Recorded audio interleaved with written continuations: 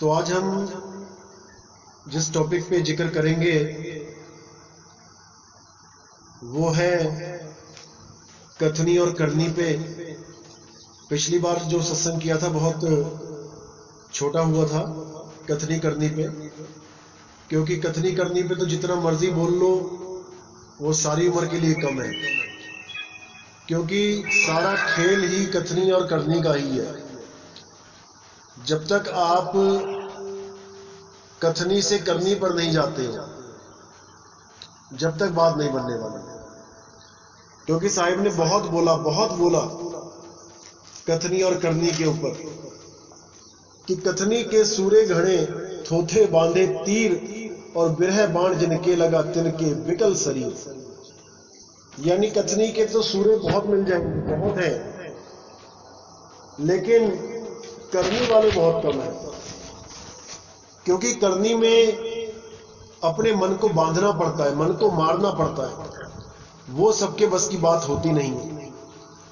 तो इसलिए ज्यादा कथनी पे ही जोर दिया जाता है। मैंने भी हर सत्संग में ज्यादा जोर करनी पर ही लगाया है। जैसे कई लोग जो हमारे सत्संग को सुन के हमारे साथ ज्वाइन हुए और उनके अंदर चाव उत्पन्न हुआ कि हम भी प्रचार करें, हम भी लोगों को जगाएं, तो मेरा हमेशा यही उद्देश्य रहा है सबसे पहले कि आप वो काम करो, वो चीज बताओ लोगों को जो आपने स्वयं अनुभव की है।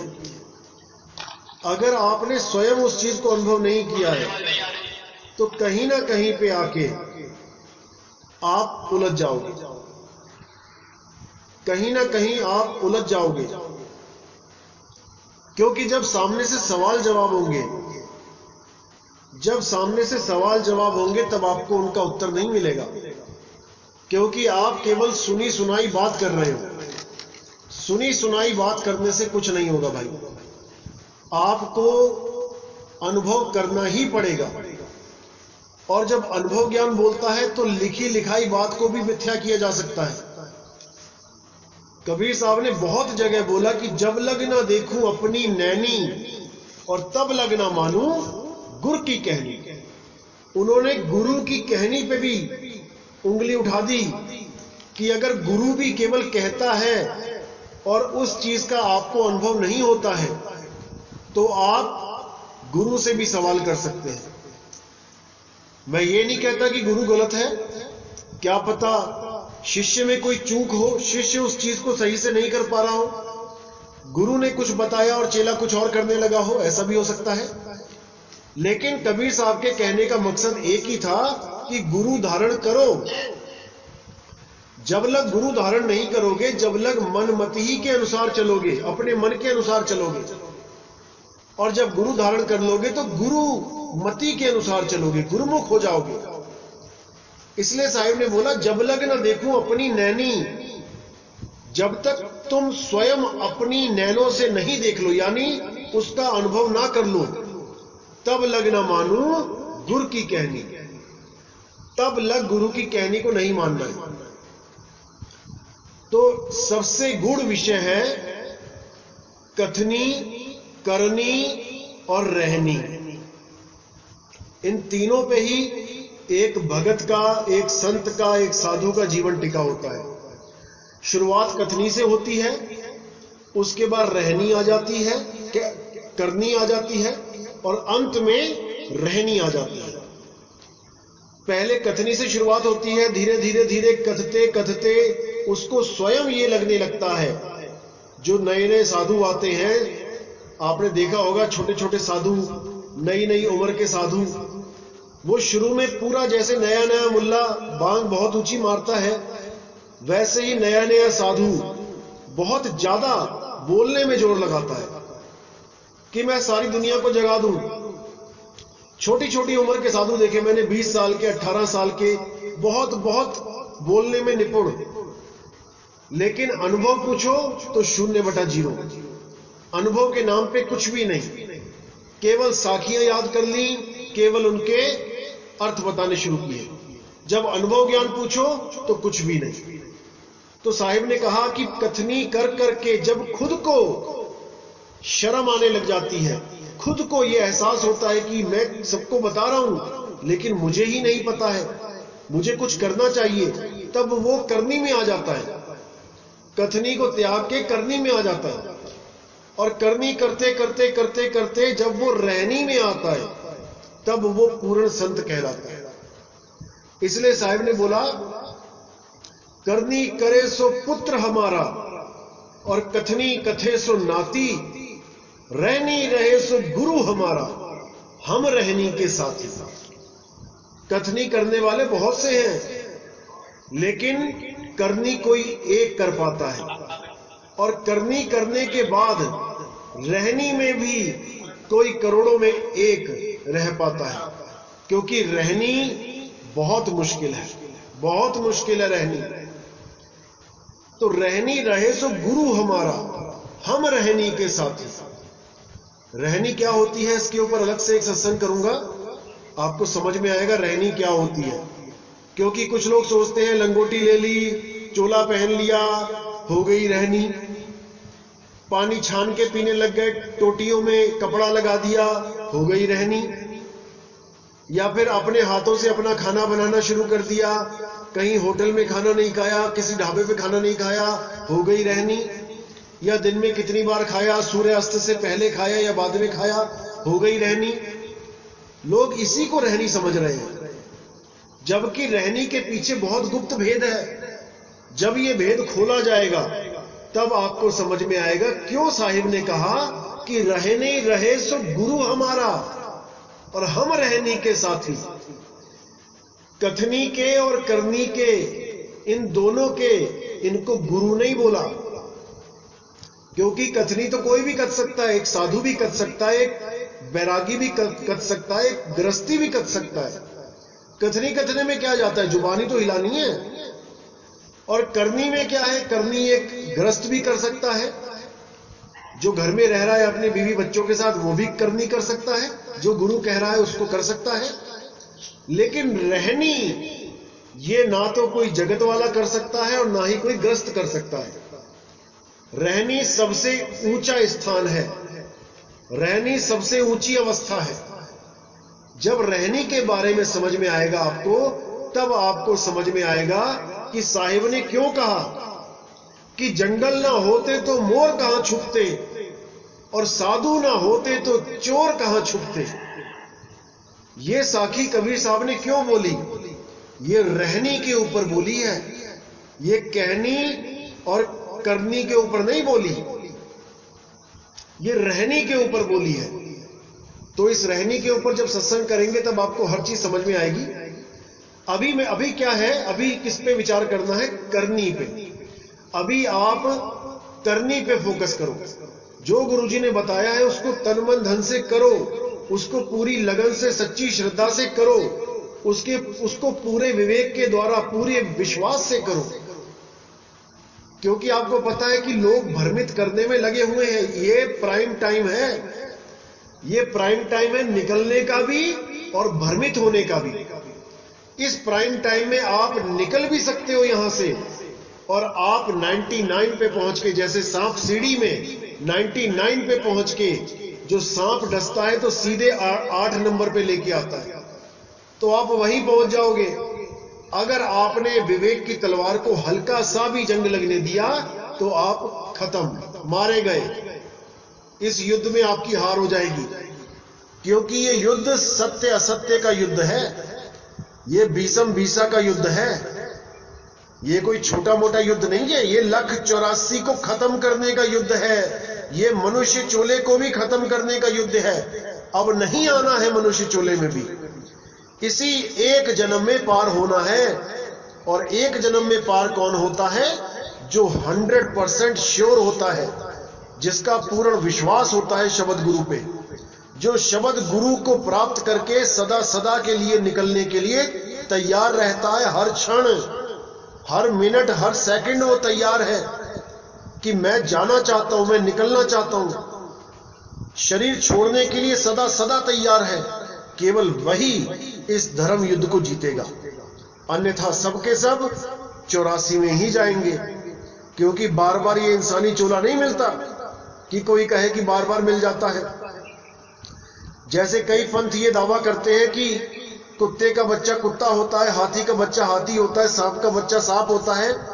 इसी प्रकार आदमी जब मरता है तो आदमी का ही बच्चा होके पैदा होता है, क्योंकि पहले भी वो आदमी का ही बच्चा होके पैदा हुआ था।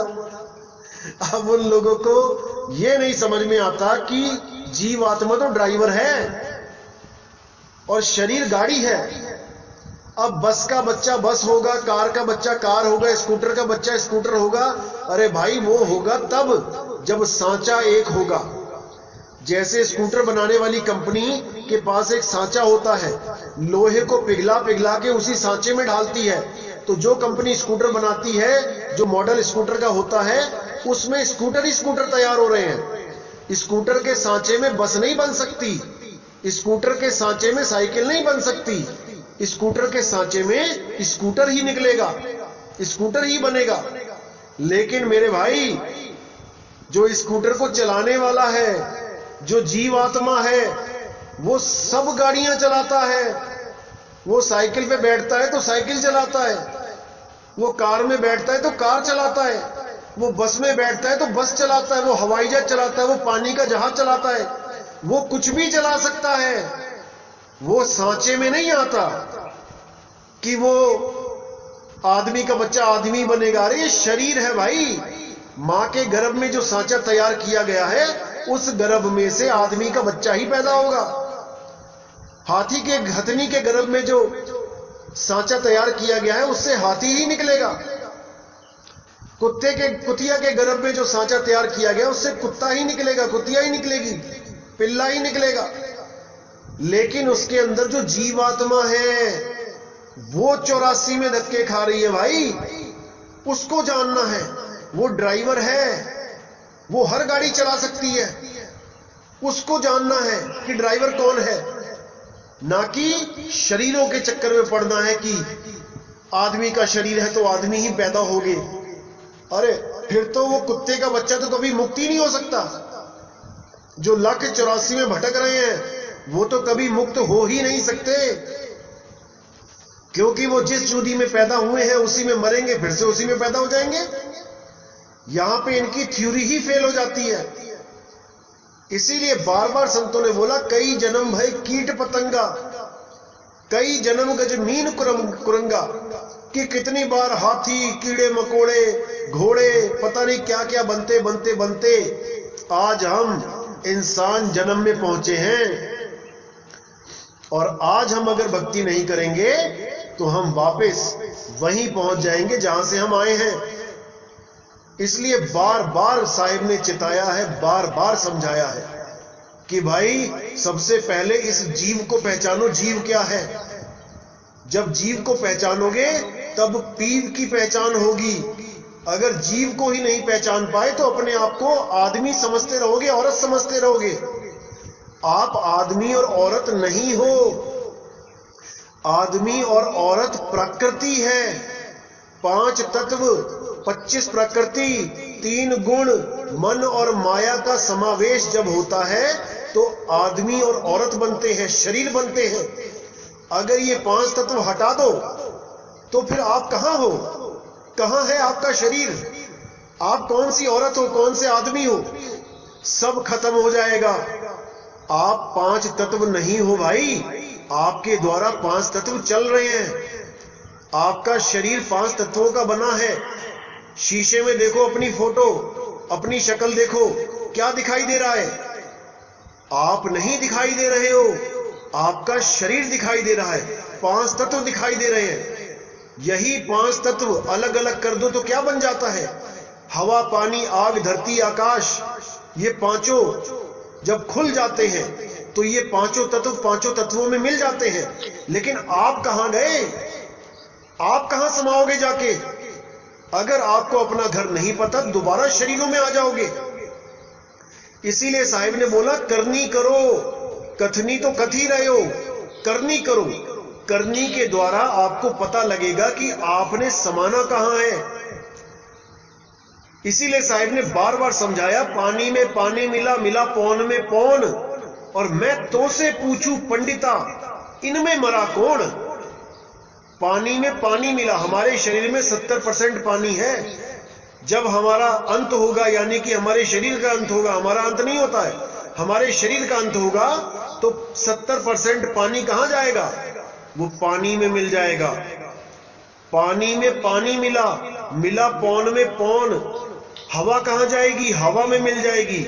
मिट्टी कहां जाएगी? मिट्टी में मिल जाएगी। अग्नि कहां जाएगी? अग्नि में मिल जाएगी। शून्य कहां जाएगा? आकाश में मिल जाएगा।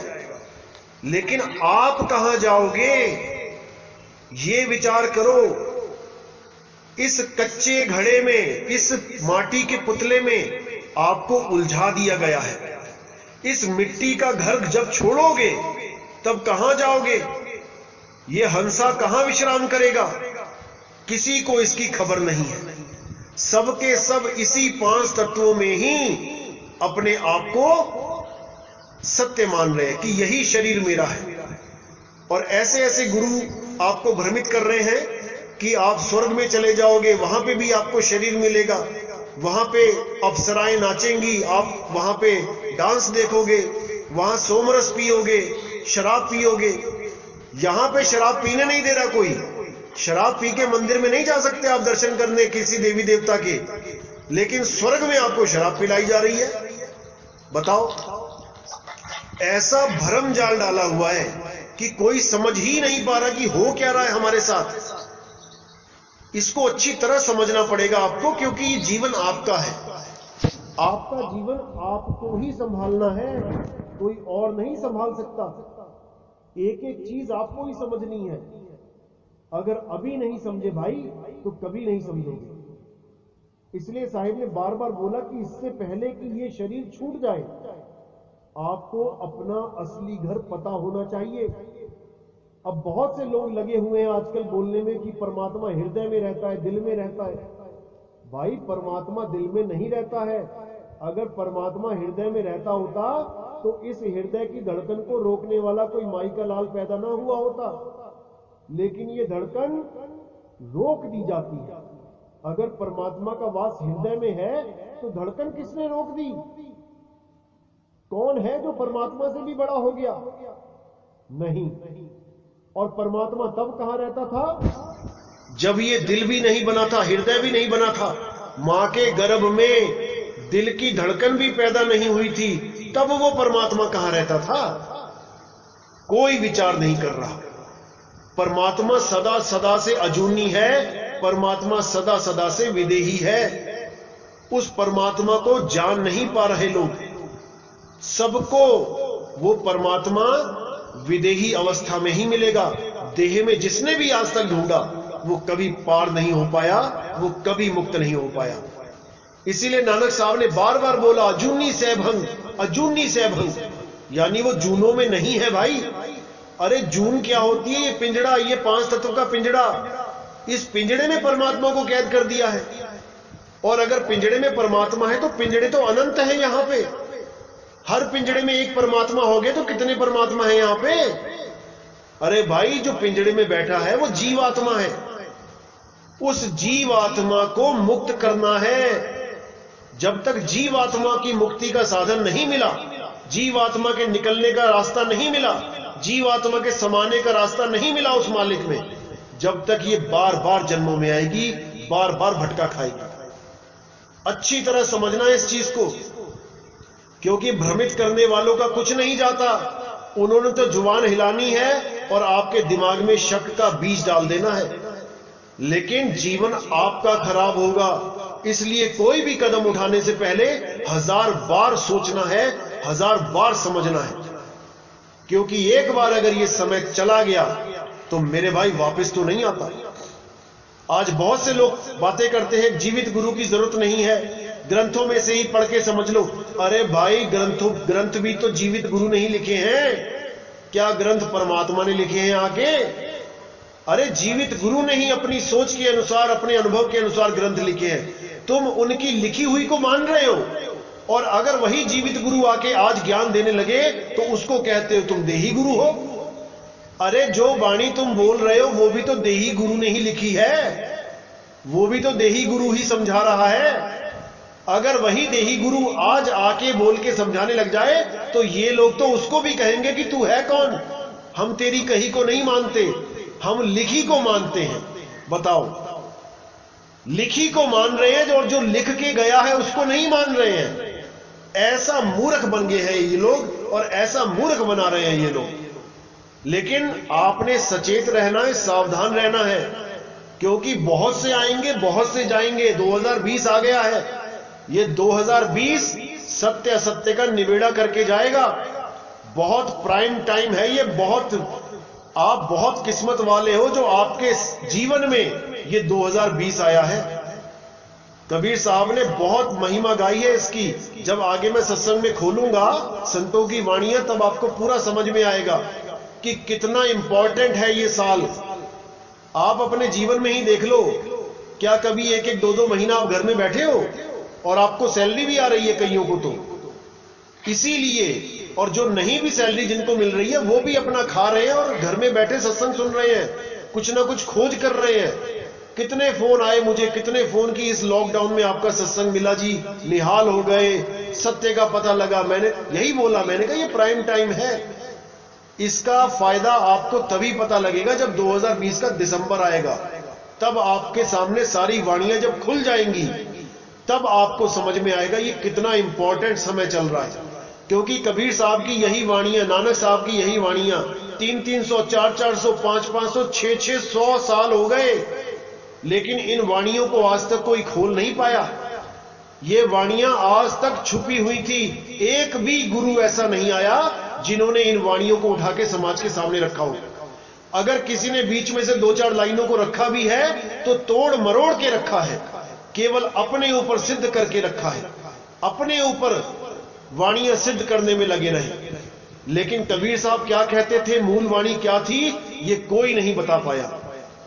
तो मेरे भाई अच्छी तरह समझना है, 2020 के दिसंबर तक एक एक वाणी खोल दी जाएगी, केवल सृष्टि रचना के अलावा। क्योंकि सृष्टि रचना वो चाबी है जो चाबी सबको ऐसे ही नहीं दी जा सकती। वो अनमोल चाबी है, वो कुंजी है इस संसार से पार होने की, भवसागर से पार होने की।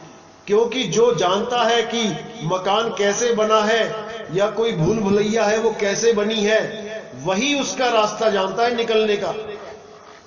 जिसने भूल भुलैया का डिजाइन देखा है कि कहां से कहां जाना है, वही समझ सकता है कि भूल भुलैया से कैसे निकला जाएगा। जो आज की पैदाइश है, जो आज के लोग हैं, वो भूल भुलैया में जाके नहीं निकल सकते, क्योंकि उनको वो राज ही नहीं पता है कि ये कहां से बनानी शुरू की और कहां इसका निकास द्वार है। तो इस भूल भुलैया से, ये शरीर भी एक भूल भुलैया है। जो पिंडे सो ब्रह्मंडे। आप रॉकेट के ऊपर भी बैठ के निकलोगे ना इस संसार का अंत खोजने, इसका अंत खोज नहीं पाओगे। शून्य में चलते ही चले जाओगे, चलते ही चले जाओगे, इसका अंत नहीं मिलेगा। क्योंकि इसका अंत केवल सतगुरु जानता है कि इसका अंत कहां पे है। इस 3 लोक का अंत जहां से है, वहां पे चौथे लोक का शुरू है। जहां काल की हद खत्म होती है, वहां दयाल की हद शुरू होती है। लेकिन इस काल ने बहुत अड़ंगे लगा रखे हैं वहां पे भी। बहुत सी नकली धुनें, बहुत सी नकली प्रकाश, बहुत सी झिलमिल ज्योति, बहुत कुछ रखा हुआ है ताकि ये जीव कहीं ना कहीं उलझ जाए।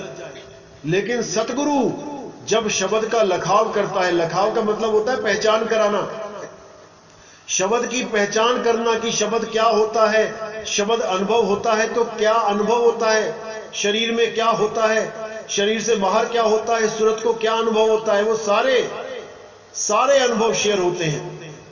उसी से क्रॉस चेकिंग होती है कि आपको सत्य मिला कि नहीं मिला। और जब सत्य का प्रकट हो जाता है, तब सतगुरु निश्चिंत हो जाता है कि अब इस जीव को कोई रोकने वाला नहीं है। अब इस जीव की मुक्ति होनी ही होनी है। अब इसको कोई फंसा नहीं सकता, क्योंकि उसने शब्द का लखाव करा दिया है। लखाव यानी पहचान। कई लोग सोचते हैं लखाव का मतलब होता है दिखा देना। अरे परमात्मा कोई देखने की चीज थोड़ी नहीं है कि वो दिखाई देगी। जैसे दर्द और आनंद ये देखने की चीज नहीं भाई, ये महसूस करने की चीज है। जैसे विरह, लगन, ये देखने की चीज नहीं है, ये महसूस करने की चीज है। इसी प्रकार शब्द गुरु भी देखने की चीज नहीं है, वो अनुभव करने का विषय है। अनुभूति का विषय है। जब उसको अनुभव करोगे तभी आपका जन्म और मरण खत्म होगा। इसके अलावा आपका जन्म मरण खत्म नहीं हो सकता। अनुभूति के अलावा सब असत्य है, सब कथनी है। तो इसको अच्छी तरह समझना है मेरे भाई। तो आज का सत्संग यही समाप्त करेंगे और कल मिलते हैं 5:30 बजे।